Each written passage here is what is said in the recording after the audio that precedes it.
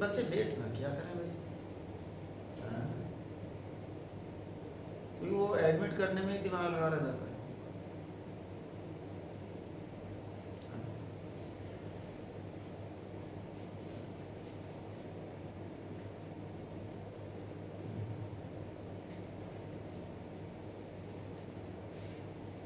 हाँ, तो कल हमने आरसी सर्किट्स में चार्जिंग वाली बात की। चार्जिंग वाली बात जो थी उसकी समरी ये है कि आरसी सर्किट, अगर हम कैपेसिटर को चार्ज कर रहे हैं तो चार्जिंग के केस में हमने कुछ बातें की थी। सबसे पहली बात क्यू नॉट, क्यू नॉट था क्यू मैक्सिमम। क्यू मैक्सिमम आएगा सी क्यू, सी था कैपेसिटेंस, ई है ईएमएफ ऑफ सेल। क्योंकि ईएमएफ ऑफ सेल जो है ना उससे ज़्यादा नहीं ले सकते, उससे ज़्यादा वोल्टेज नहीं हो सकता, इसलिए आपका चार्ज मैक्सिमम इतना है।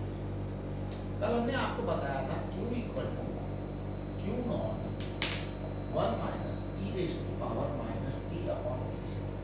तो सर टी सी यानी टाइम कांस्टेंट, इसको टाइम कांस्टेंट हमने बोला था, टाइम कांस्टेंट को आर से, टाइम कांस्टेंट क्या बोला आर सी। अब आप देखिए कि इसके बाद में जब हमने ये कर लिया था तो मैंने फिर टाइम की अलग अलग वैल्यू रखी थी।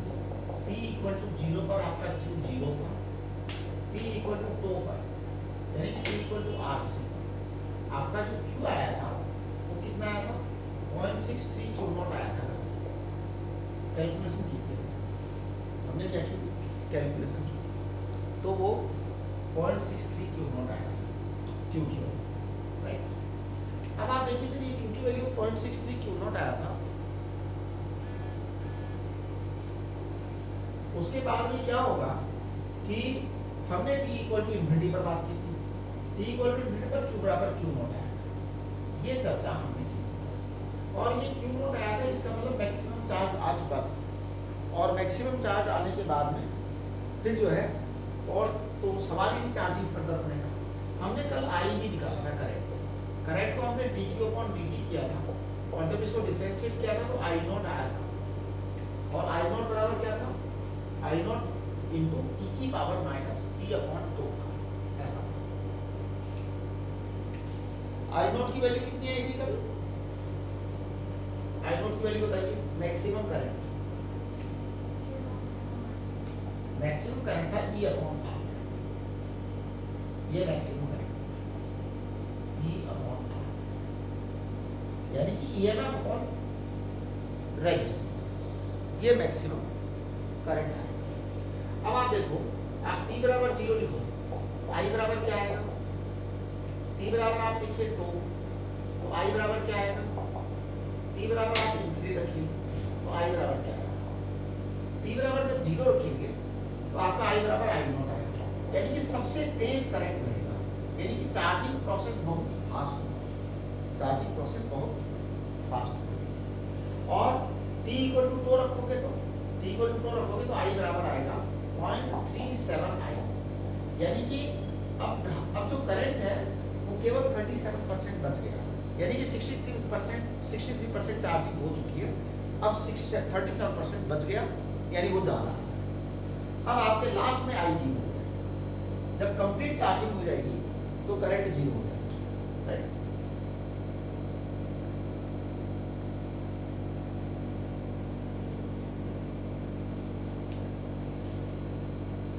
क्या हुआ,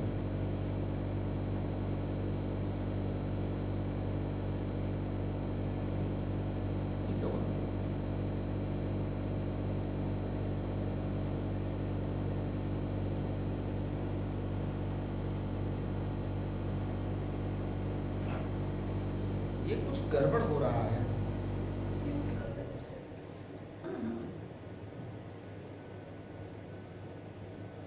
सब कुछ सही है, सब कुछ सही है, आपका वो जो है ना उसका 1 मिनट,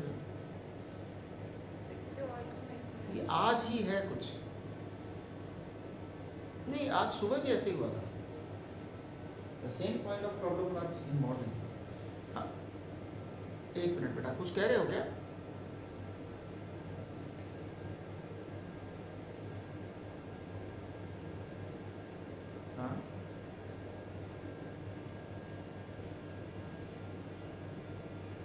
सृष्टि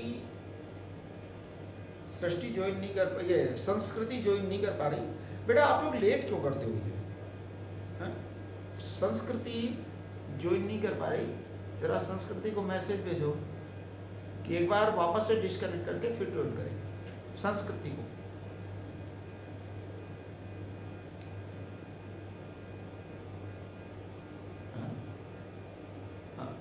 लेट मत किया करो आप लोग, कुछ गड़बड़ हो रहा है ना आज। ये आप लोगों को भी कुछ आवाज अजीब सी सुनाई दे रही है क्या?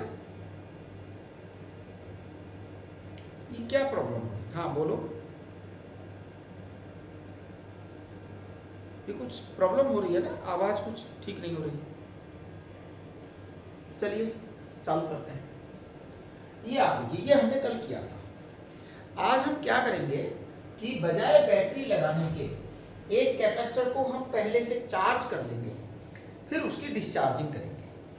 तो देखिए क्या होगा। अब आज हम आरसी सर्किट में डिस्चार्जिंग की बात करने वाले हैं, तो आप समझिए उसको। अभी फिलहाल सही कर रहा है अपना वॉइस वाला मामला।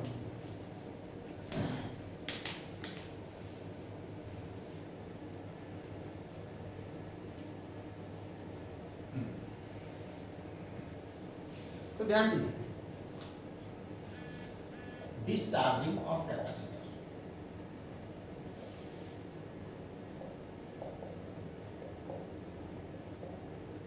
समझने की कोशिश करो। मान लीजिए एक कैपेसिटर है, इस कैपेसिटर को हमने पहले ई पोटेंशियल तक, ई ईएमएफ तक चार्ज कर दिया। तो अब इसके ऊपर चार्ज आ गया, इस कैपेसिटर पर कितना चार्ज आ गया? Q not equal to CE charge आ गया। Q not equal to CE charge आ गया। जब Q not equal to CE charge आ गया है ना, तो अब हम इस पे एक रेजिस्टेंस लगाएंगे R, और अब इसको जोड़ेंगे। तो अब ये डिस्चार्जिंग चालू हो जाएगी इस कैपेसिटर। ये प्लस था, ये माइनस था, हमने बैटरी हटा दी, इसको चार्ज कर दिया था, ये Q नॉट है। तो ध्यान दीजिए, मेरे पास एक कैपेसिटर था, मैंने ईएमएफ की बैटरी लगा करके एक बार उसकी चार्जिंग कर दी थी। जब उसकी चार्जिंग कर दी थी तो Q नॉट बराबर CE आ गया था, और ये R आ गया। अब हमने इसको रेजिस्टेंस से जोड़ दिया, तो ये इस तरह से अब ये डिस्चार्ज होगा। कैपेसिटर क्या होगा? डिस्चार्ज होगा। तो डिस्चार्ज की इसकी इक्वेशन क्या होगी, है ना? वैसे तो मेरे हिसाब से हमें इसको डायरेक्ट कर देना चाहिए, क्योंकि करना वही है। मान लो किसी टाइम पर इसका चार्ज Q है, किसी टाइम पर मान लो करंट I बह रहा है। तो देखिए हम क्या करेंगे, हम कर देंगे A B C, करंट बह रहा है और यहाँ पर D आ गया। तो देखो किरचॉफ लॉ लगा देते हैं A B C D A पर। इसके लिए हम किरचॉफ लॉ अप्लाई करते हैं, लूप रूल। तो देखिए लूप रूल कैसे अप्लाई कर रहे हैं, आपको पता ही है सबको कि V A पॉइंट का पोटेंशियल VA मान लो, फिर माइनस IR आ जाएगा, फिर क्या आ जाएगा? प्लस Q अपॉन C आ जाएगा, Q अपॉन C आ जाएगा। It is equal to VAR। अब आप इसको IR को लिख देंगे सीधे सीधे Q अपॉन C। तो I कितना आ गया? I आ गया dQ अपॉन dt। I कितना आ गया? dQ upon dt। It is equal to Q upon RC। अब आप इसको लिखें dQ अपॉन Q लिखें, और इसको लिख दें dt अपॉन RC। चेक करो, चेक कर रहे हैं। अब आप देखेंगे कि जब हमने ऐसा किया तो यहाँ पे क्या होगा। आप जब इसको इंटीग्रेट करेंगे तो इसका आप लिमिट लगाइए Q नॉट से 0, Q नॉट से Q, सॉरी Q नॉट से, ये लिमिट लगाइए Q नॉट से, वहाँ पे लिमिट लगाएंगे 0 से Q। ये एक्चुअल में शुरू में फुल्ली चार्ज है, बाद में कम हो रहा है चार्ज, तो इसलिए शुरू वाला चार्ज Q नॉट है, बाद वाला चार्ज Q है। एक बार ये संस्कृति है ना, संस्कृति को मैसेज भेजो कि एक बार डिस्कनेक्ट करके वापस कनेक्ट करें। मैं भेजूँ क्या? मेरे को एक्चुअल में आता नहीं, और फिर मेरे को क्या थोड़ा सा है, संस्कृति को मैसेज भेजो, संस्कृति पारासर को मैसेज भेजो। लेकिन इसमें तो जाएगा नहीं ना मैसेज, मैसेज कुछ और ही तरीके से जाएगा।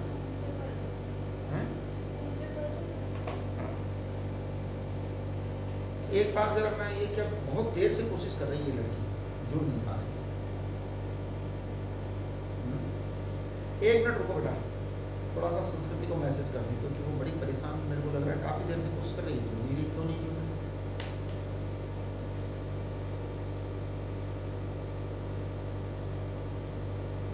संस्कृति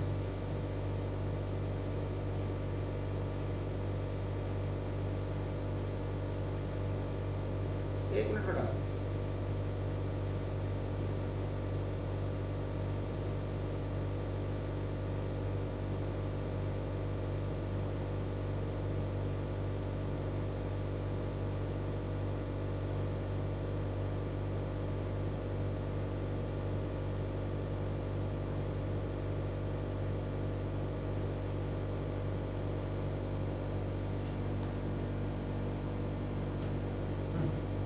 तो ध्यान दीजिए आप, अब आप इसको जल्दी से लिमिट लगाइए अपनी, पूरा कंप्लीट करिए। एल एन क्यू, लिमिट आपकी क्यू नॉट से क्यू, और ये है टी अपॉन आर सी। चलो जी, तो इसको लिखो L N Q upon Q not, it is equal to T upon R C. अच्छा, अब एक यहां पर एक बात ध्यान रखना पड़ेगा कि ये अपन ने क्या किया, V A minus R C, तो यहाँ पे plus Q upon C equal to V A किया ना अपन ने, राइट। यहाँ एक चीज ध्यान रखनी पड़ेगी कि ये जो आई की वैल्यू है ना, आई की value D Q upon D T, ये समय के साथ कम हो रहा है। ये एक्चुअल में डिफरेंशियल कैलकुलस का एक रूल है, डिफरेंशियल कैलकुलस का एक रूल है कि जो डिक्रीजिंग क्वांटिटी होती है टाइम के साथ या किसी भी फंक्शन के साथ, किसी भी वेरिएबल के साथ जो डिक्रीजिंग क्वांटिटी होती है, तो उसका डिफरेंशियल हम हमेशा नेगेटिव लेते हैं। यानी आपको यहाँ माइनस साइन लगाना पड़ेगा D Q upon D T, क्योंकि डिक्रीजिंग क्वांटिटी है ना, समय के साथ चार्ज कम हो रहा है। कल हमने ऐसा नहीं किया था, कल हमने उसको क्या किया था, D Q upon D T plus रखा था, आई को मैंने कल यहाँ माइनस नहीं लगाया था। क्यों? क्योंकि वो इंक्रीजिंग क्वांटिटी, इंक्रीजिंग। अब जब भी डिफरेंशियल में आप लोग ये ध्यान रखा करो कि अगर क्वांटिटी डिक्रीज हो रही है तो आपको डिफरेंशियल नेगेटिव लेना पड़ेगा, है ना। चलिए, तो ये आ जाएगा। अब आप यहाँ पे माइनस लगाएंगे, है ना, ये नेगेटिव लेना पड़ेगा, तो ये माइनस आ गया, यहाँ पे माइनस आ गया। अब देखो Q upon Q not it is equal to E की पावर कितना, minus T upon R C. तो Q इक्वल टू आ जाएगा Q not E raise to power minus T upon R C. ये आपकी इक्वेशन है। अब आप अगर इसको डिफरेंशिएट करेंगे तो I बराबर क्या आएगा, I बराबर आएगा I not E raise to power minus T upon R C. अगर आप डिफरेंशिएट करेंगे तो ऐसा आएगा, I equal to D Q upon D T. आप डिफरेंशिएट करो तो ये आ जाएगा और ये आ जाएगा। अब आप यहाँ पर वैल्यू रख लो, t equal to 0, t equal to tau and t equal to infinity. तो आपके रिक्वायर्ड रिजल्ट आ जाएंगे। t बराबर 0 रखोगे तो देखो चार्ज कितना आ रहा है, रखो t बराबर 0 रखो, t बराबर 0 रखो, चार्ज कितना आ रहा है, q नॉट। I कितना आ रहा है, I नॉट। इसका मतलब अगर आपका कैपेसिटर फुल्ली चार्ज है और आप उसको किसी रेजिस्टेंस से कनेक्ट करेंगे तो स्टार्ट में एट द फर्स्ट स्टेज आपका जो है Q equal to Q not आएगा और I equal to I not आएगा, right. Next T equal to tau होने पर, T इक्वल टू टो होने पर क्या आएगा आपका, Q equal to 0.37 Q not आएगा और I equal to 0.37 I not आएगा। इसका मतलब है कि T इक्वल टू टो, है ना, टो बराबर R से, ये वो टाइम है जब 37% बच गया, 37% रिमेनिंग एंड 63% डिस्चार्ज, है ना, 63% डिस्चार्ज हो गया। तो time constant is such a time when 63% discharge takes place, 63% discharge takes place, है ना। और t इक्वल टू इन्फिनिटी पर क्या आ जाएगा, t इक्वल टू इन्फिनिटी पर 0 हो जाएगा, Q बराबर 0, I बराबर 0, सब कुछ शांत हो जाएगा। इसे स्टैटिक स्टेट कहते हैं, इसे स्टैटिक स्टेट कहते हैं। कुल मिलाकर के हमने अभी तक जो पढ़ाई की उसके अनुसार स्टैटिक स्टेट में हमारा जो करंट होता है वो 0 होता है। चलिए, ये सब हमने कर लिया। अब हम इसमें 2 टॉपिक बच गए हैं, मीटर ब्रिज एंड पोटेंशियोमीटर, इनको आज ही हम कंप्लीट करेंगे। मीटर ब्रिज एंड पोटेंशियोमीटर को हम आज ही कंप्लीट करेंगे।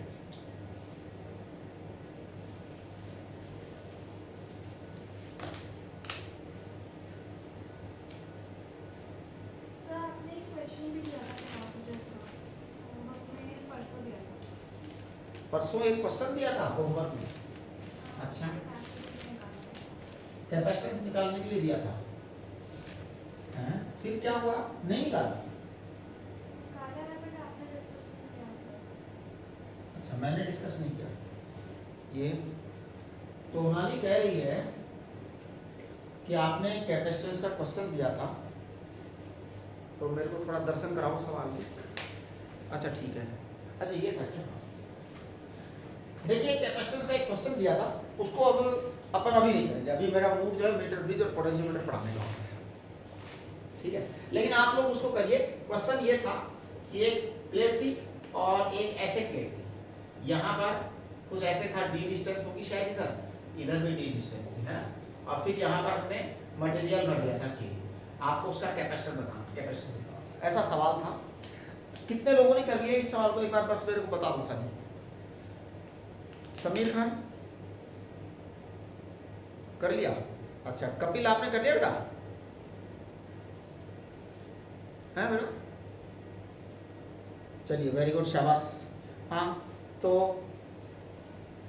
अब अपन इस क्वेश्चन को कल करेंगे या अभी आज लास्ट में देखते हैं। अगर मान लो टाइम बच गया तो करते हैं। अभी अपने पास काफी टाइम है ना, क्योंकि मीटर ब्रिज पोटेंशियोमीटर में वैसे टाइम तो लगता है, फिर भी अपन कोशिश करेंगे। अगर समय बच गया तो करवा लेंगे। 5 मिनट का time, right. Metre bridge,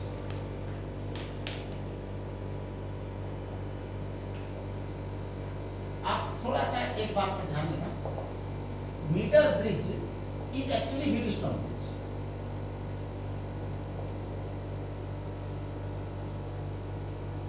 metre bridge is actually Wheatstone bridge. देखिए मैंने क्या लिखा है। Metre bridge is actually Wheatstone bridge लिख दिया। अब मैं पहले व्हीटस्टोन ब्रिज बनाता हूँ, उसके बाद मीटर ब्रिज बनाऊंगा, क्योंकि जब हमने ये लिख ही दिया कि भाई metre bridge is actually Wheatstone bridge, तो फिर जरा मीटर ब्रिज को व्हीटस्टोन ब्रिज दिखा भी देना हम, है ना। तो मैं दिखाता हूँ, देखो मैं व्हीटस्टोन ब्रिज बना रहा हूँ, आप सब लोग व्हीटस्टोन ब्रिज की जांच करेंगे। सभी बच्चे व्हीटस्टोन ब्रिज मैं बना रहा हूँ, उसकी जांच करेंगे। चेक करो बेटा।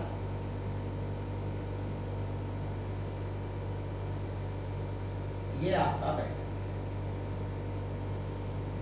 इसे ईएमएफ ई है। यहाँ पे क्या है, हम एक गैल्वेनोमीटर लगा, क्या लगा रहे हैं? जो मेटल आर्म है ना, इसमें गैल्वेनोमीटर लगा देते हैं या कोई रेजिस्टेंस लगा देते हैं, हम कुछ भी लगा देते हैं, राइट। तो देखो आप क्या है, ये आवाज बड़ी खराब है, की आवाज बड़ी गंदी आ रही है।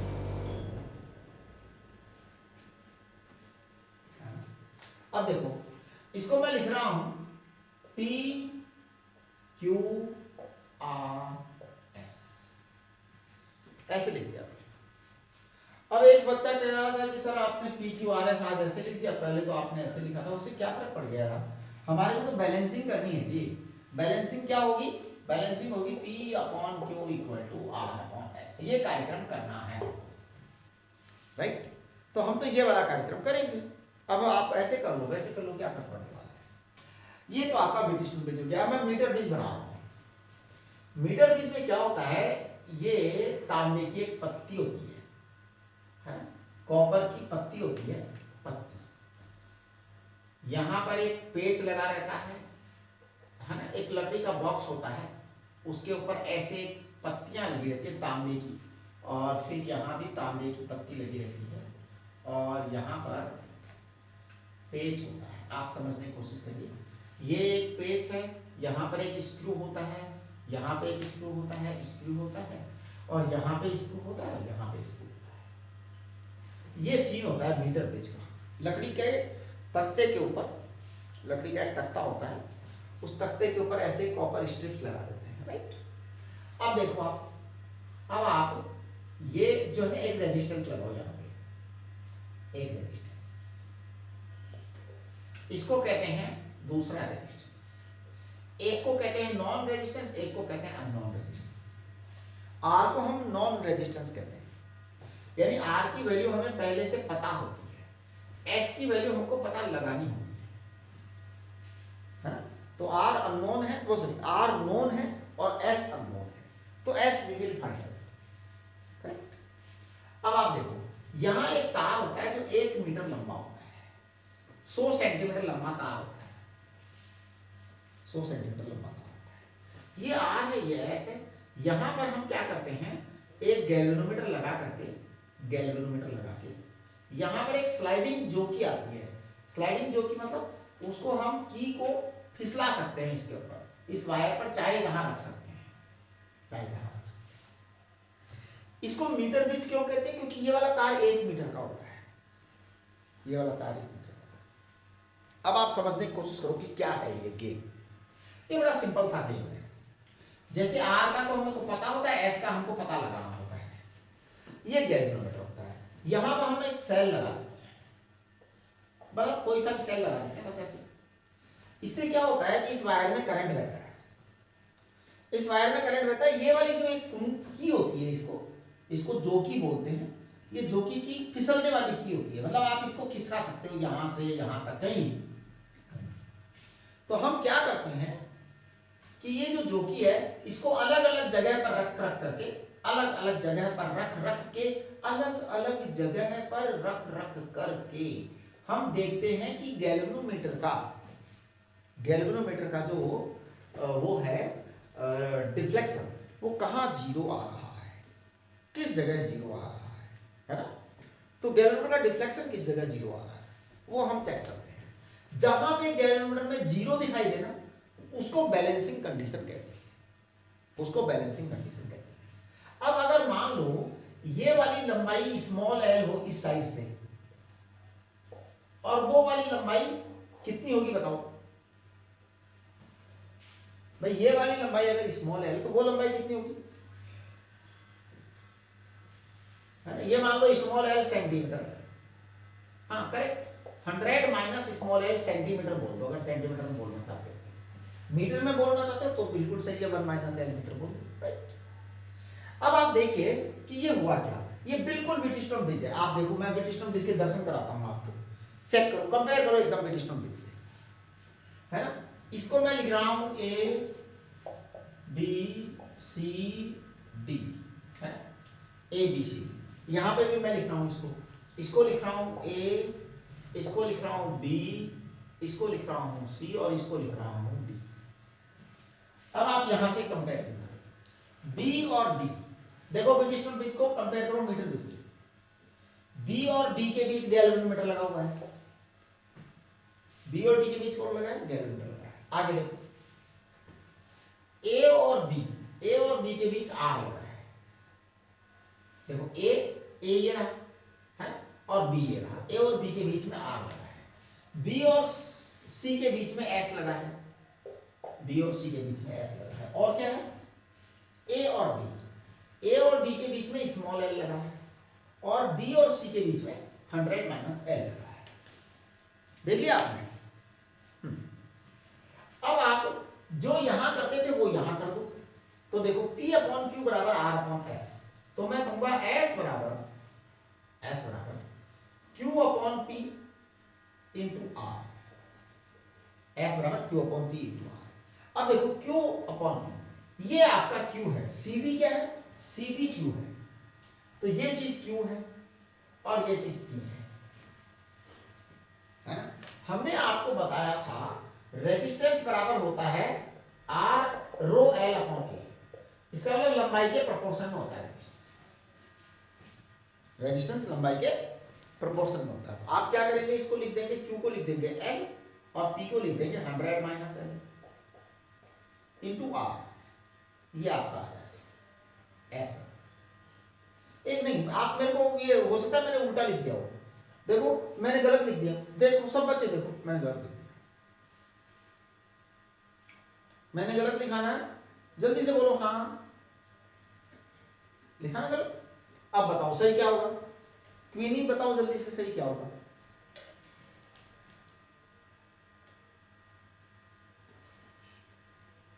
क्वीनी करेक्ट। भाई बात ये है ना, एस बराबर Q upon P into R है। क्यू ये है ना, और पी ये है। तो भाई क्यू ये है और पी ये है, तो हम क्या करेंगे, उसको ऐसा कर देंगे। तो ये गलत लिख दिया था, चलो कोई बात नहीं, आप लोगों ने सुधार दिया मेरे। तो ये तो 100 माइनस एल अपॉन एल,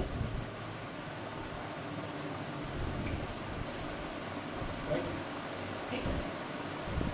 तो आप देखिए, अब हम बात करेंगे, ये मीटर ब्रिज पूरा हो गया है ना। मीटर ब्रिज के सवाल ऐसे ही आते हैं, ऐसे ही मीटर ब्रिज के सवाल आते हैं। अब हम बात करते हैं potentiometer. I am talking about potentiometer. Should I repeat? Potentiometer, metre bridge 100% क्या है, कंपैरिजन है विद स्टोन ब्रिज। अब पोटेंशियोमीटर क्या है, ये भी कंपैरिजन है। देखो मैं आपसे एक सवाल पूछता हूं और आप सब जवाब दो।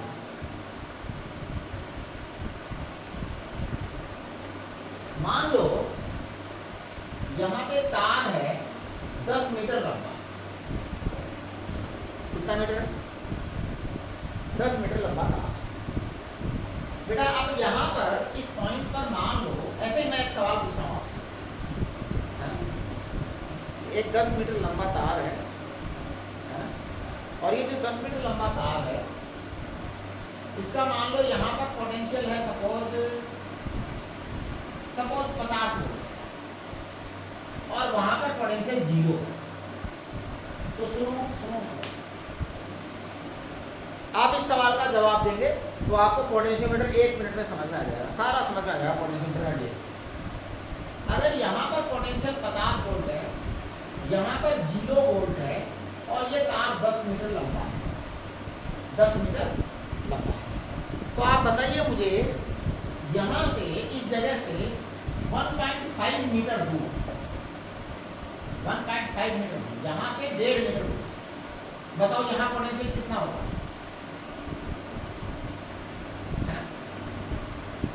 और इधर से 3.5 मीटर दूर, यहाँ से 3.5 मीटर, 3.5 मीटर दूर उधर से यहाँ पर पोटेंशियल कितना होगा? इसका जवाब आप मेरा सवाल सुनिए एक बार वापस से सभी बच्चे।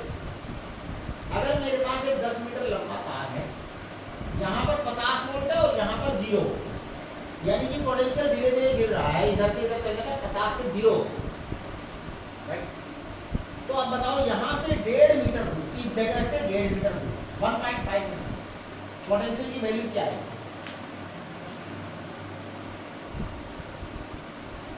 42 आएगी क्या? 42 है ना।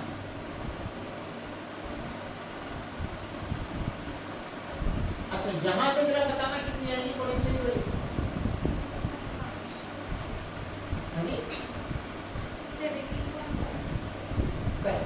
बिल्कुल सर, ये देखो एकदम सिंपल सा आंसर, सिंपल सा आंसर। इधर से इतना आ जाएगा, इधर से इतना, राइट। अब जब ये आ गया तो अब हम आगे की बात करते हैं। अगर आपको ये समझ में आ गया तो इसका मतलब पोटेंशियोमीटर समझ में आ गया। पोटेंशियोमीटर में हम यही करते हैं, एक तार लेते हैं लंबा सारा, उस तार के ऊपर कोई पोटेंशियल को हम पूरा बांटते हैं और बांट करके फिर कंपैरिजन करने लग जाते हैं उसका, तो वो पोटेंशियोमीटर। देखिए मैं आपको समझा रहा हूँ पोटेंशियोमीटर, है ना। तो स्टार्ट करिए potentiometer.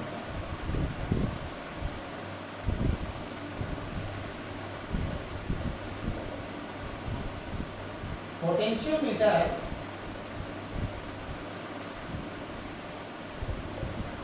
is a device.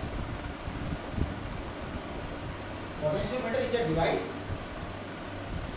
used to measure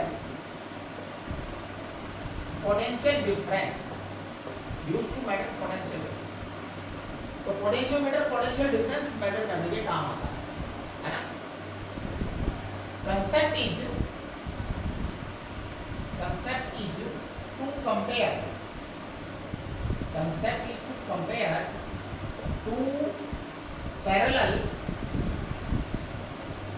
parallel potential differences. So concept is to compare two parallel potential difference. दो पैरेलल पोटेंशियल डिफरेंस को कंपेयर करना, बस यही कंसेप्ट, इतना ही कंसेप्ट है। अब आप देखिए, to measure potential difference, to measure potential difference, another device is voltmeter. ध्यान दो, to measure potential difference another device is voltmeter. तो अगला डिवाइस जो है वो वोल्टमीटर है। to measure potential difference another device is voltmeter. now voltmeter never measures correct value. Voltmeter never measures correct value.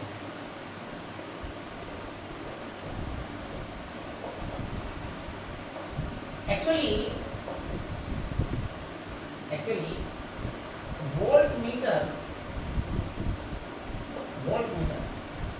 necessarily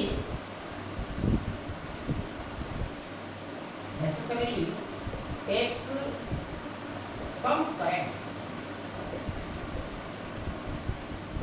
from the circuit which is being measured.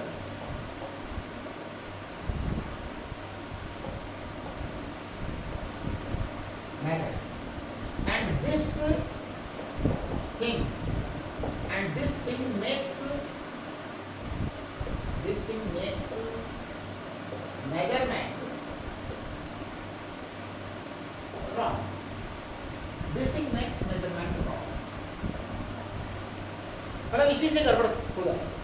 जैसे ध्यान दो आप, मान लीजिए कहीं पर कोई सर्किट है, अब उसको मेजर करने के लिए हमने वोल्टमीटर लगाया। तो जैसे ही हम वोल्टमीटर लगाते हैं, मान लो यहाँ पर कुछ है, यहाँ पर कुछ सर्किट है, कुछ भी हो सकता है ना, उस कुछ भी सर्किट को मेजर करने के लिए हमने वोल्टमीटर लगाया। तो जैसे ही हम यहाँ वोल्टमीटर लगाते हैं, वोल्टमीटर लगाते ही क्या हो जाता है, वोल्टमीटर लगाते ही इसमें कुछ करंट जरूर आता है, कुछ तो करंट जरूर आता है, छोटा सा ही है भले, आता जरूर है। ये जो करंट इसमें आ गया ना, वो क्या करता है, उधर वाले करंट को कम कर देता है और इसी से गड़बड़ घोटाला हो जाता है, इसी से गड़बड़ घोटाला हो जाता है। तो वोल्टमीटर कभी सही नापता ही नहीं है, वोल्टमीटर का मेजरमेंट कभी सही नहीं है ना। But potentiometer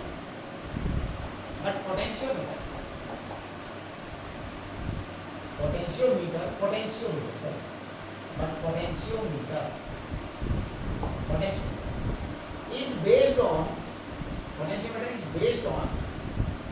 based on comparison और balance null point balancing method. इसको लिखो, null point balancing method.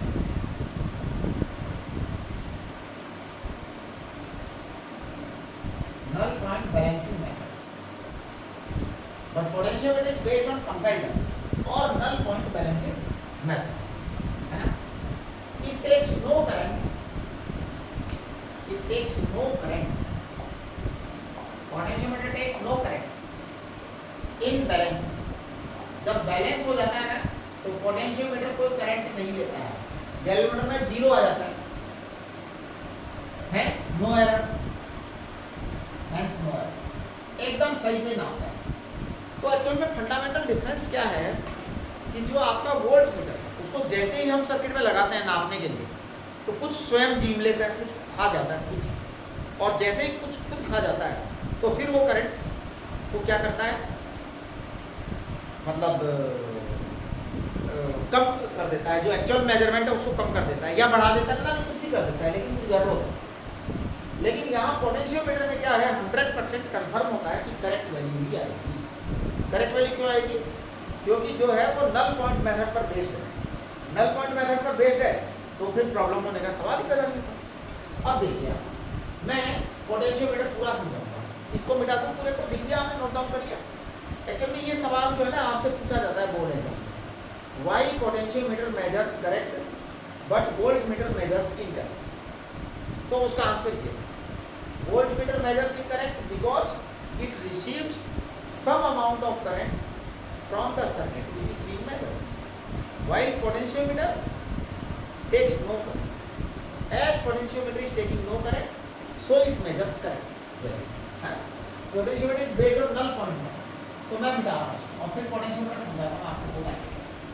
Potentiometer कुछ नहीं होता जी, एक वायर होता है खाली, बस उस वायर पर पोटेंशियल पैदा कर देते हैं और फिर कंपेरिजन करते रहते हैं किसी का भी किसका, जिसको अभी नापना हो सर, हाँ जो भी सर्किट नापना हो तो देखिए कैसे करते हैं। मैं आपको पोटेंशियोमीटर दिखा रहा हूँ।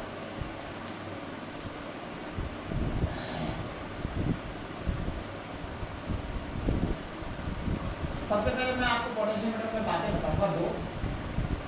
सबसे पहले मैं बात करूंगा प्राइमरी सर्किट,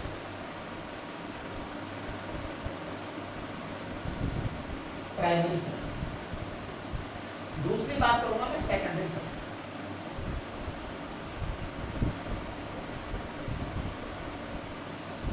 प्राइमरी सर्किट को मैं कहता हूं नोन सर्किट,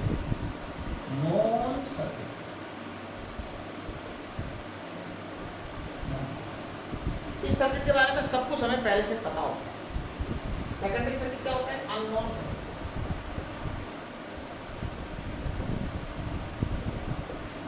इस सर्किट के बारे में हमें ज्ञान नहीं हो, इसके बारे में हमें नॉलेज नहीं होगा। देखिए कैसे, सबसे पहले मैं प्राइमरी सर्किट की बात करूं, इसी का नाम पोटेंशियोमीटर है, प्राइमरी सर्किट को ही पोटेंशियोमीटर कहते हैं। इसमें क्या होता है, एक तार होता है, क्या होता है, तार होता है। ये तार कितना लंबा होता है ये बताओ, मैं बताता हूँ। ये तार जो है कितना भी लंबा हो सकता है, इस तार की लंबाई को जरूरी नहीं कितनी हो, 8 मीटर भी हो सकता है, 10 मीटर भी हो सकता है, 15 मीटर भी हो सकता है, 20 मीटर भी हो सकता है ना।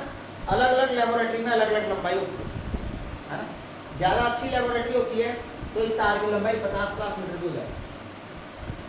तो ये भी एक तार है और इसकी लंबाई को हम कैपिटल एल मान लेते हैं, इसकी रेजिस्टिविटी को हम रो मान लेते हैं, इसकी रेडियस को हम ए मान लेते हैं, इसके क्रॉस सेक्शन एरिया को हम लिखते हैं पाई ए स्क्वायर,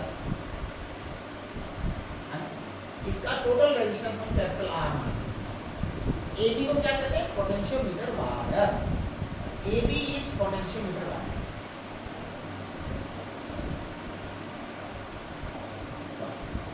आप जरा इस वायर के बारे में जान लो, लंबाई एल है, रो है रेजिस्टिविटी स्पेसिफिक रेजिस्टेंस, ए है cross section radius of the wire, A है cross section pi A square, R total resistance of the wire. तो मैं आर को लिखूंगा रो एल अपॉन है ना। तो देखिए R equal to rho L upon A को क्या लिखूंगा, पाई ए स्क्वायर। तो देखिए आर अपॉन एल है per unit resistance, per unit length resistance, तो रेजिस्टेंस ऑफ यूनिट, तो ये आ जाएगा रो अपॉन पाई ए स्क्वायर, ये R upon L, correct. Okay, अब देखिए जब ये आर अपॉन एल आ गया तो यहाँ पर हम बात करते हैं कि ये आपका यहाँ पर एक सेल लगाते हैं, यहाँ पर एक की लगा देते हैं, यहाँ एक एक्स्ट्रा रेजिस्टेंस लगा देते हैं। इस एक्स्ट्रा रेजिस्टेंस को हम रियोस्टेट भी बोलते हैं, आर ई और आर एच, ये एक्स्ट्रा रेजिस्टेंस। ये सेल होता है, इसका ईएमएफ की होता है इंटरनल रेजिस्टेंस स्मॉल आर। अब आप समझने की कोशिश करो क्या क्या हुआ प्राइमरी सर्किट के अंदर। एक तो पोटेंशियोमीटर वायर हुआ जिसका रेजिस्टेंस कैपिटल आर। बेटा इस पोटेंशियोमीटर वायर की लेंथ कितनी होती है, 10 मीटर, 15 मीटर, 20 मीटर, 50 मीटर, कुछ हो सकती है। ये कैपिटल ई आपका रेजिस्टेंस हो सकती है, ईएमएफ है, स्मॉल आर इंटरनल रेजिस्टेंस है, आर ई और R H extra resistance. Extra resistance आप कुछ भी लगा सकते हो जिसकी आपको आवश्यकता है। अब आप मेरी बात समझने की कोशिश करें, बताओ सेकेंडरी सर्किट अननोन सर्किट होता है, उसके बारे में हम थोड़ी देर बाद में बात करेंगे। अभी सेकेंडरी सर्किट की बात नहीं करें, इसको थोड़ी देर बाद करें, है फिलहाल मुझे आप ये बताओ इसमें करंट कितना होगा पोटेंशियोमीटर वायर में। तो small I is current in potentiometer wire, current in potentiometer wire. चलो आई बराबर करंट इन पोटेंशियोमीटर वायर। ये करंट कौन बताएगा मेरे को? है विभूति बताइए।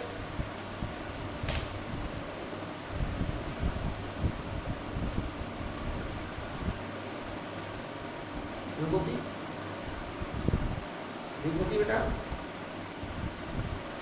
बेटा इसका करंट बताओ जरा मेरे को, पोटेंशियोमीटर वायर में कितना करंट आएगा?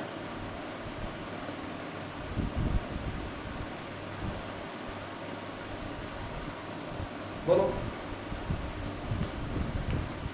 विशाल, विशाल आप बताओ, करंट बताओ जल्दी।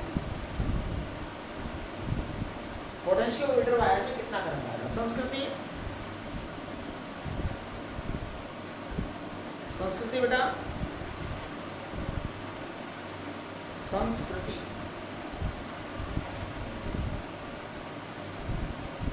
संस्कृति,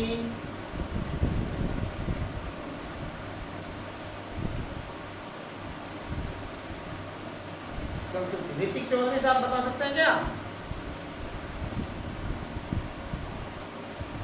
चौधरी साहब,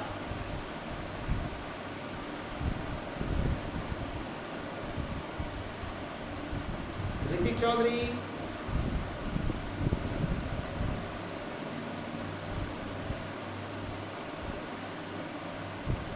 करंट इन पोटेंशियोमीटर वायर। चलो अविरल बताएगा।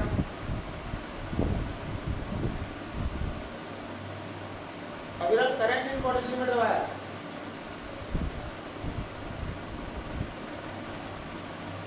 करेक्ट। देखो अविरल ने बताया कैपिटल ई तो ईएमएफ है जी, करंट हमेशा ईएमएफ अपॉन टोटल रेजिस्टेंस होता है। अब टोटल रेजिस्टेंस देखो क्या क्या है। टोटल रेजिस्टेंस में एक तो स्मॉल आर है, सेल का इंटरनल रेजिस्टेंस, प्लस एक पोटेंशियोमीटर वायर का रेजिस्टेंस है, प्लस एक आर ई है, आर ई एक्स्ट्रा रेजिस्टेंस। ये आपका करंट आ गया पोटेंशियोमीटर वायर। इतनी छोटी सी बात थी पोटेंशियोमीटर वायर का करंट, ये बताने में भैया आप लोगों को परेशानी हो गई। तो फिर अपन ने इलेक्ट्रिक सर्किट्स में क्या पढ़ा? फिर तो हमने इलेक्ट्रिक सर्किट्स में कुछ पढ़ा ही नहीं। इसका मतलब तो क्या पढ़ाता हूँ फिर तुमने?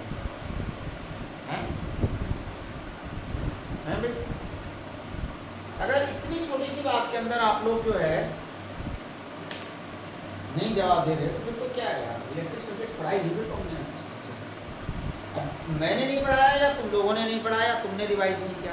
देखो एक चीज़ होती है रिवीजन, रिवीजन तो आपको करना ही पड़ेगा, है रिवीजन आपको करना ही पड़ेगा। तो ये आई आ गया।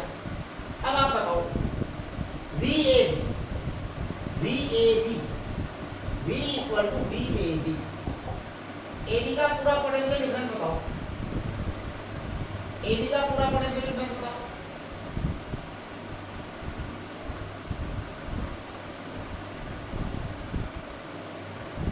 ए बी पर कितना पोटेंशियल डिफरेंस आएगा? अभी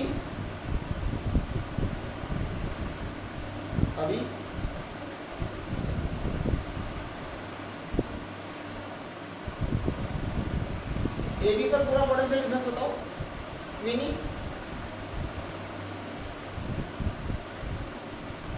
विनी, ए बी पर पोटेंशियल, हाँ बताओ ए बी पर पूरा पोटेंशियल डिफरेंस बताओ।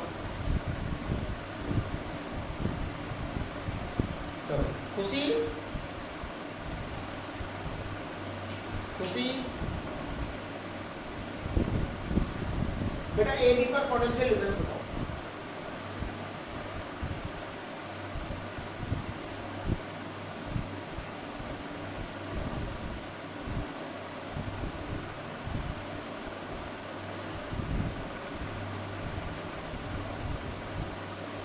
चलो टोनाली बताओ।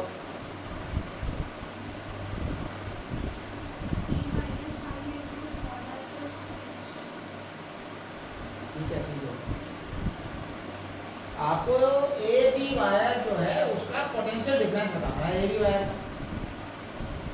पोटेंशियल डिफरेंस बता दो। तो ई से क्या लेना देना है उसका? जब आपके पास उसमें करंट है, उसका रेजिस्टेंस है, तो potential difference I into R नहीं होता है क्या? अरे किसी तार में आई करंट है और रेजिस्टेंस आर है, किसी तार में करंट आई है और रेजिस्टेंस उसका आर है, तो पोटेंशियल डिफरेंस आई आर नहीं होता क्या? ओम का नियम याद नहीं है? ये क्या बात है?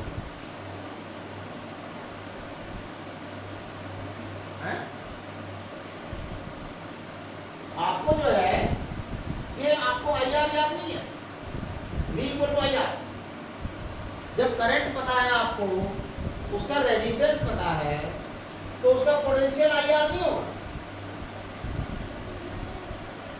अच्छा, आई आर।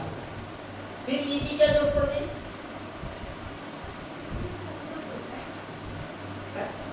E की कोई आवश्यकता ही नहीं है। चलिए, ये आपका रेजिस्टेंस। अब देखो, पोटेंशियल पर यूनिट लेंथ, पोटेंशियल ड्रॉप पर यूनिट लेंथ, पोटेंशियल ड्रॉप पर यूनिट लेंथ। बताओ कितनी लंबाई है पूरे तार की? पूरे तार की लंबाई कैपिटल है, पूरे तार पर पोटेंशियल भी है, तो पोटेंशियल ड्रॉप पर यूनिट लेंथ इसको कहते हैं V अपॉन L, इसको हम कहते हैं x।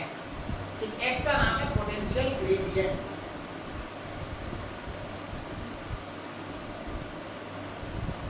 पोटेंशियल ग्रेडियंट, इस x का नाम पोटेंशियल ग्रेडियंट। तो ये पोटेंशियल ग्रेडियंट है। अब पोटेंशियल ग्रेडियंट जो है ना, अगर हमारे पास आ जाता है तो इसका मतलब हमने पोटेंशियल की स्केल पैदा कर, पोटेंशियल की तराजू पैदा कर, V अपॉन L। अब देखो V अपॉन L को हम क्या लिखेंगे? I R upon L। V upon L को क्या लिखेंगे? I R। I को क्या लिख सकते हैं? I को ये लिख सकते हैं, I की वैल्यू आपके पास है।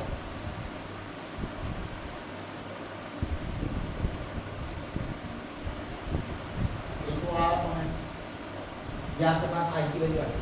I तो है ना आपके पास पहले से, तो ये आ गया। अब देखिए ये पोटेंशियल ग्रेडियंट जो है वो किस किस चीज पर डिपेंड करता है, यहाँ से चेक करो।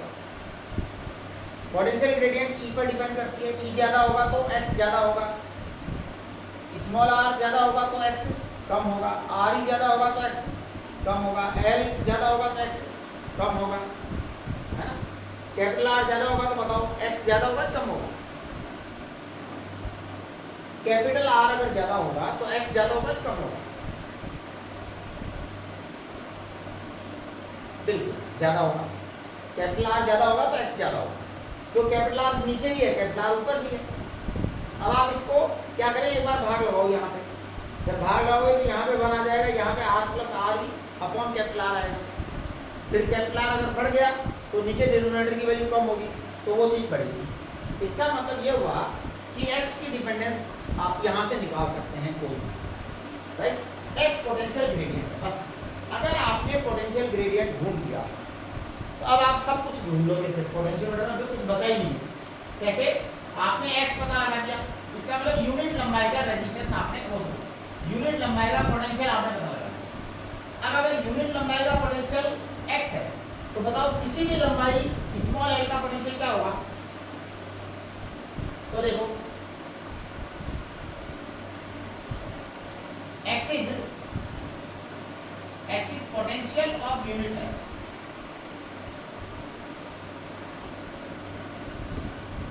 x is potential of unit length. So potential difference of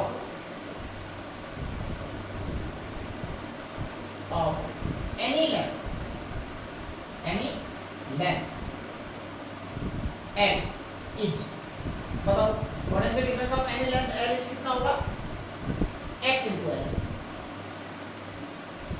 भाई अगर यूनिट लंबाई का पोटेंशियल डिफरेंस x है तो स्मॉल l लंबाई का पोटेंशियल डिफरेंस क्या होगा? x into L आएगा। तो इस तरह से ये पोटेंशियल डिफरेंस आपका x into L आ जाएगा जनरल। अब देखिए, अब मैं बात करूंगा यूज ऑफ पोटेंशियोमीटर। इसका क्या करते हैं, हमने ये सब बातें तो कर ली, लेकिन आखिरकार इसका यूज क्या है वो मैं बताऊंगा। सेकेंडरी सर्किट से बताऊंगा वो चीज़, क्योंकि सेकेंडरी सर्किट हमारा अननोन सर्किट है और वो हमारा यूज है। तो देखिए,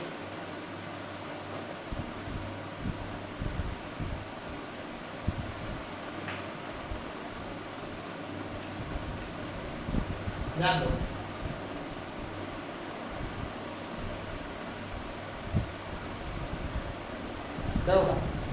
यूजेज ऑफ पोटेंशियोमीटर,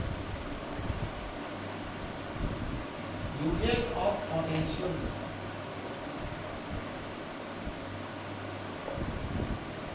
ब्रैकेट में लिख लो सेकेंडरी सर्किट।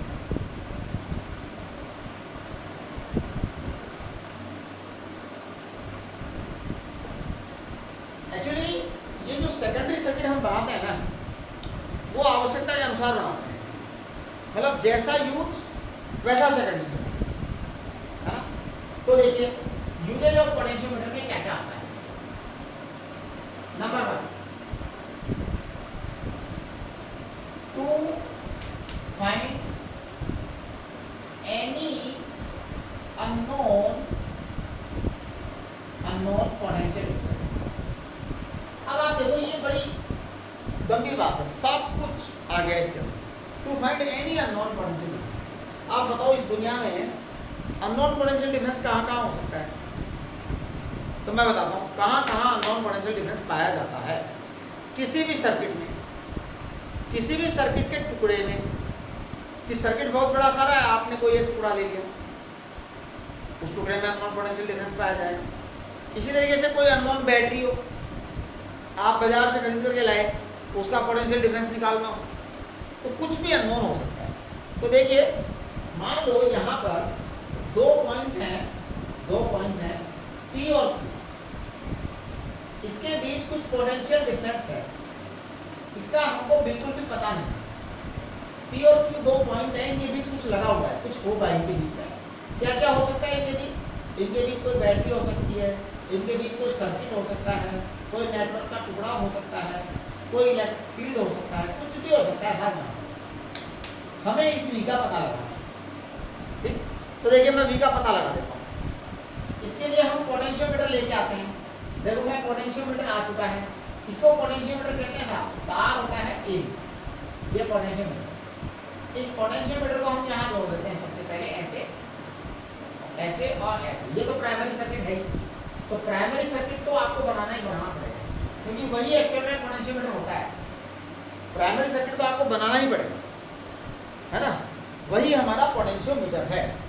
आगे देखो, अब मैं इसको क्या करता हूँ, इससे जोड़ देता हूँ, इसी जोड़ देता हूँ, और यहाँ पर क्या करता हूँ, एक सेल लगा देता हूँ। इसे हम कहते हैं डेनियल सेल। ये डेनियल सेल बड़ा जोरदार सेल होता है। देखो, एक सेल लगाते हैं हम, डेनियल सेल। ये डेनियल सेल क्या होता है, इसका जो पोटेंशियल डिफरेंस होता है वो फिक्स होता है, ये हमें पहले से ही पता होता है। Daniell cell, known potential,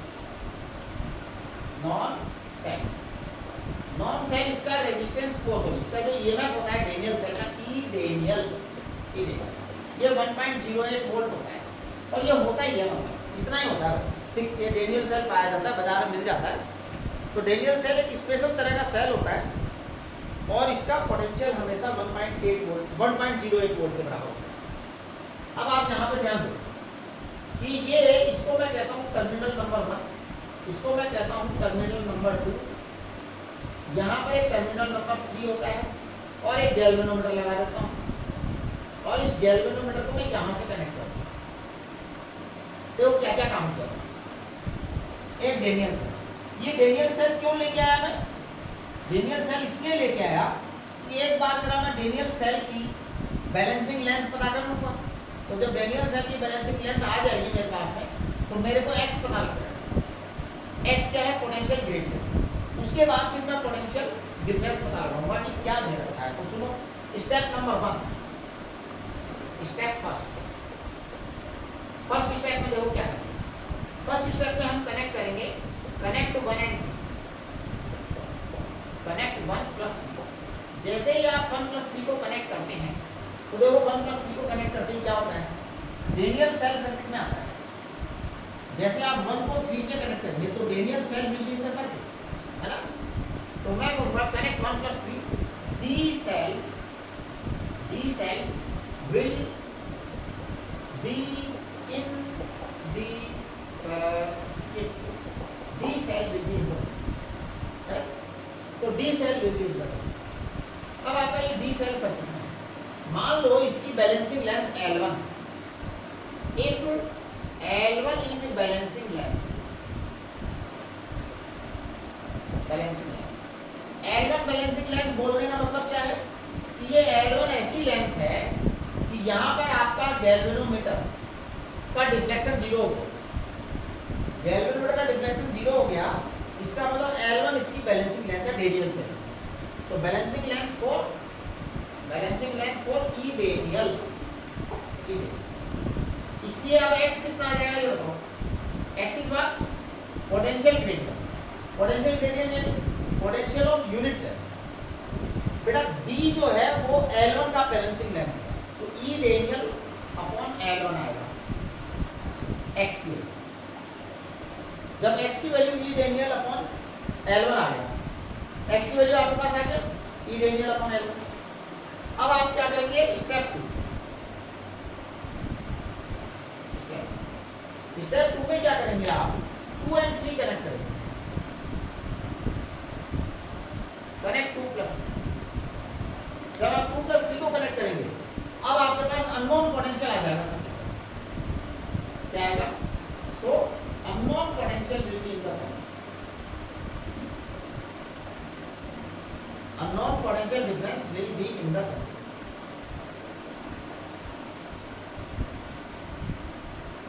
circuit में अननोन पोटेंशियल डिफरेंस आएगा, जब अननोन पोटेंशियल डिफरेंस सर्किट में आएगा तो आप ध्यान दो, आपके पास में ये जो V है, जो भी अननोन है, V P जो भी अननोन पोटेंशियल है, ये हो जाएगा XL2, L2 उसकी बैलेंसिंग लेंथ है, L2 उसकी बैलेंसिंग लेंथ है, तो ये आपका आंसर है अननोन। देखो क्या क्या स्टेप्स में काम किया हमने, क्या किया, बड़ा सिंपल किया कि एक बार तो हमने एक नोन लेकर के नाप दिया, फिर एक अननोन लेकर के नाप दिया, बस यही रूल है, इतना ही रूल है, और कुछ रूल है ही नहीं। यानी कि जब भी हम पोटेंशियोमीटर का यूज करेंगे तो क्या करेंगे, एक बार हम नोन चीज़ लेकर के जिसका हमें पहले से पता हो उसको नाप लेंगे, फिर उसको नापने के बाद जो हमें अननोन है उसको नापेंगे, तो हम दोनों को कंपेयर करके रिजल्ट निकाल देंगे। तो ये सिंपल सा गेम क्या है कि जैसे हम तराजू से कोई चीज़ नापते हैं तो तराजू का पहले कैलिब्रेशन करते हैं, है ना। दुकानदार से कोई चीज़ लेके जाते हो तो मान लो आपको भरोसा नहीं है दुकानदार की तराजू पर, तो क्या करोगे, पहले अपने जो पहले से 1 किलो है ना, उसको तोलोगे ना, और उसको तोल करके फिर आप कह दोगे हाँ ये बराबर है, इसका मतलब तुम्हारा तराजू सही है। तो इसी तरीके से हम क्या करते हैं, यहाँ पे एक नोन सेल होता है, नोन सेल क्या, डेनियल सेल होता है 1.08 वोल्ट। हम उसके लिए क्या करते हैं, पहले बैलेंसिंग लेंथ उसके लिए तैयार कर लेते हैं, फिर बैलेंसिंग लेंथ मीटर का। ये बड़ा सिंपल सा है, जैसे अपन कोई भी चीज़ तोलते हैं ना तो एक तराजू में पार्ट रखते हैं, दूसरे में तोल लेते हैं, इसका मतलब एक में नोन होता है, एक में अननोन होता है। इसी तरीके से यहाँ पर है, यहाँ पर एक साइड में नोन होता है, एक साइड में अननोन होता है। अब नोन का भी पता लगाते हैं, अननोन का भी पता लगाते हैं, तो दोनों को कंपैरिजन करेंगे तो अपने आप अननोन पकड़ में आ जाएगा कितना है। आपने पहले नोन को आपने सर्किट में लिया, नोन होता है ये डेनियल से, इसको आपने सर्किट में लिया तो आपके पास में ये x = a Daniel upon L1 आ गया। फिर उसके बाद में क्या हुआ, आपके पास में VPQ = XL2 आ गया। ये L2 क्या है, L2 इसकी बैलेंसिंग है, इसकी बैलेंसिंग है। इस तरह से आप करके पोटेंशियोमीटर में कुछ भी कर सकते हैं। देखिए पोटेंशियोमीटर की कुछ बातें और बता देता हूँ मैं। जैसे मान लो आपको किसी सेल का इंटरनल रेजिस्टेंस निकालना है, तो देखिए कैसे करते हैं।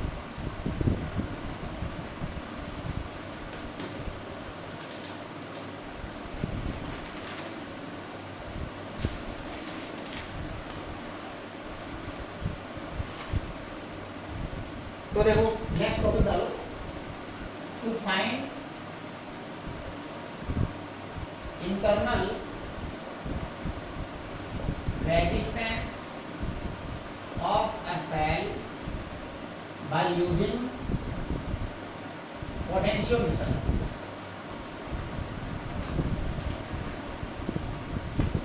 देखो हमारे पास एक सेल, इस सेल का ईएमएफ कैपिटल ई है और इंटरनल रेजिस्टेंस स्मॉल आर है। हमने यहाँ पर एक कैपिटल आर नॉन रेजिस्टेंस लगा दिया है ना, ये नॉन रेजिस्टेंस। यहाँ हमने एक स्विच लगा दिया, इसको बोलते हैं की, के ई वाई।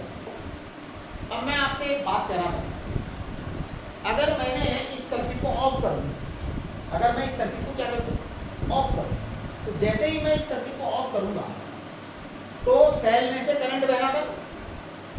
जब सेल में से करंट नहीं बहता है, when no current is taken out from the cell, तो आप बताइए सेल पर कितना आएगा पोटेंशियल, ईएमएफ के बराबर आएगा। हमने बताया कि जब कोई करंट नहीं बहता है तो सेल का जो टर्मिनल वोल्टेज होता है वो ईएमएफ होता है, करेक्ट।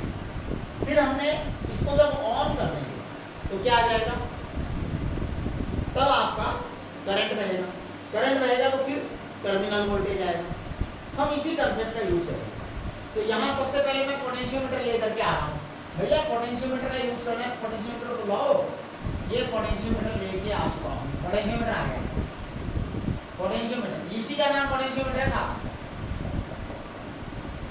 ये प्राइमरी सर्किट। अब देखो मैं दो स्टेप्स में काम करूँगा। इसको मैं यहाँ से कनेक्ट कर देता हूँ, यहाँ से मैं गैल्वेनोमीटर को कनेक्ट कर देता हूँ। गैल्वेनोमीटर को कनेक्ट करके मैं यहाँ पर इसको जोकी से कनेक्ट कर देता हूँ। इट इज स्लाइडिंग जोकी जी, इट इज स्लाइडिंग जोकी जी। अब देखो क्या होगा, first step, step one. Step one में हम की को क्या करेंगे, ऑफ करेंगे। की को क्या करेंगे, ऑफ करेंगे, है ना। जब हम की को ऑफ कर देंगे तो हमारा ईएमएफ आएगा लाइन पर। लाइन पर कौन आएगा, ईएमएफ आ जाएगा। तो हम कहेंगे EMF capital E equal to X into L1। L1 इसकी बैलेंसिंग लेंथ होगी उस समय बैलेंसिंग लेंथ होगी उसकी। तो E is equal to X into L1 आ गया। नंबर टू, स्टेप टू में हम क्या करेंगे, की को ऑन कर देंगे। जब हम की को ऑन कर देंगे अब आपका टर्मिनल वोल्टेज आएगा। टर्मिनल वोल्टेज V को हम कह देंगे एक्स L2। L2 अब बैलेंसिंग लेंथ आएगी नहीं, जो कि देखो हिलाई ऊपर है, राइट। अब आप देखो दो चीज आपके पास में आ गई। तो मैं कहूँगा कि जो V है वो है E माइनस, अच्छा चलो छोड़ो, इसकी जरूरत नहीं है। आपको मैंने पढ़ाया था स्मॉल r बराबर E minus V upon capital V into capital R, ऐसा पढ़ाया था इंटरनल रेजिस्टेंस सेल का, याद करो, हैं, याद करिए, आपको पढ़ा है। आप भूल गए वो आपकी मर्जी है, लेकिन मैंने पढ़ाया। देखो फॉर्मूला चार्ट में भी है ना, ये आपको हमने पढ़ाया। अब E minus V upon V into R, तो E कितना है, E है एक्स L1, V कितना है एक्स L2 अपॉन V कितना है एक्स L2 इंटू R। तो आपका स्मॉल r आ जाएगा L1 minus L2 upon L2 into R। ये आपका, आप लोग इस फॉर्मूले को याद ना करें प्लीज, याद करने में खतरा है। कभी कभी क्या होता है कि जैसे ये फॉर्मूला है, अब इसको याद करने में क्या रिस्क है वो मैं बताता हूँ। आपके एग्जाम वाले क्या करते हैं, कभी कभी पहली रीडिंग इस की को ऑन करके दे देते हैं और दूसरी रीडिंग ऑफ करके दे देते हैं। इसका मतलब जो हमारा वाला L1 है उसको एग्जाम वाले ने L2 बना दिया, जो हमारा वाला L2 उसको L1 बना दिया। इसे आप याद मत करो। आप याद करने के बजाय क्या करें, आप याद करने के बजाय आप ऐसा करें कि उस कंसेप्ट को समझें कि जब ये ऑफ होगा तब आपका E आएगा, जब ऑन होगा तब आपका V आएगा, और आपका R बराबर E minus V upon V into R है ना। प्लीज आपसे एक रिक्वेस्ट है कि आपका जो है ये जो है करंट इलेक्ट्रिसिटी का चैप्टर तो पूरा हो गया, लेकिन बेटा ये चैप्टर पूरा हो गया ये तो मेरी तरफ से हो गया ना, ये तो मेरी तरफ से पूरा हो गया चैप्टर। आपकी तरफ से चैप्टर कैसे पूरा होगा? दिस चैप्टर मेरी 2 चैप्टर मेरी तरफ से कंप्लीट हो गया, कैपेसिटर भी कंप्लीट हो गया और कैपेसिटर भी कंप्लीट हो गया और क्या कंप्लीट हो गया, ये करंट इलेक्ट्रिसिटी कंप्लीट हो गया। लेकिन ये आपकी तरफ से कंप्लीट नहीं हुआ है। पूछो कैसे? आपने अभी रिवाइज नहीं किया। एक बार प्लीज रिवाइज करिए पूरा पूरा करंट इलेक्ट्रिसिटी को पूरा रिवाइज करो, राइट। एक बार नंबर 2, ये करंट इलेक्ट्रिसिटी के जितने भी सवाल बच गए हैं ये पूरे करिए। कल मैंने आपको डीपीपी नंबर 8 भेज दी है, वो भी करनी है। लेकिन डीपीपी 8 करना आप चालू मत करो, पहले डीपीपी 8 करने से पहले एक बार करंट इलेक्ट्रिसिटी को पूरा रिवाइज करो, पूरा रिवाइज करो। जितने लेक्चर हुए ना सारे रिवाइज करो। हाँ जी, टाइम तो देना ही पड़ता है, टाइम तो देना ही पड़ता है। मैं देखता था कि जो है जब मैं वहाँ जयपुर और कोटा में पढ़ाता था तो बच्चे हैं ना जो मतलब बहुत मन लगा के पढ़ते थे और रिवीजन तो बार बार करते थे। रिवीजन करने पर ही होता है भैया। तो आप प्लीज़ रिवाइज करें और ये सारे क्वेश्चन कंप्लीट करें डू योर सेल्फ, ठीक है। तो कल हम क्या करेंगे बताओ? कल हम सबसे पहले करंट इलेक्ट्रिसिटी के डू योर सेल्फ के जितने भी सवाल बच गए हैं वो सारे सवाल करेंगे। कहाँ तक कर चुके थे हम पहले?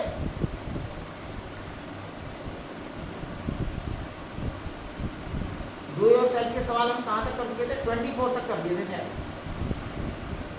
है ना। हाँ, डू योर सेल्फ के 24 तक क्वेश्चन कर चुके थे, आगे भी कर देते थे, आगे भी कर दिए थे।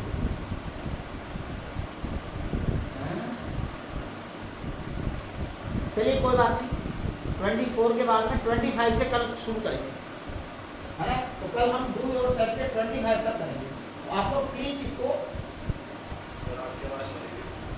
मेरी आवाज़ चली गई बेटा? हाँ यार, ये है ना आज पता नहीं ये हुआ है, इतने दिन से तो नहीं हुआ था। अब देखते हैं आज ये क्यों प्रॉब्लम हो रही है, ज़रा चेक करते हैं, ठीक है।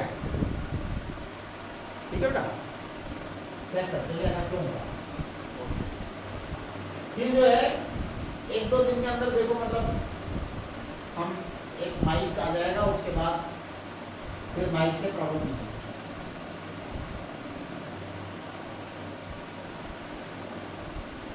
चलिए, तो कल हम इसके डू योर सेल्फ के क्वेश्चन नंबर 25, 26, 27, 28, 29, 30, 31, 32, 33, 34, 35, 36 तक करेंगे सारे, पूरे कल कंप्लीट करेंगे डू योर सेल्फ, राइट। लेकिन बेटा इससे पहले आप प्लीज़ रिवीजन कर लीजिएगा, रिवीजन जरूर कर लेना, नहीं तो फिर परेशान हो जाओगे, मज़ा नहीं आएगा रिवीजन नहीं करोगे, राइट। चलिए, नमस्ते।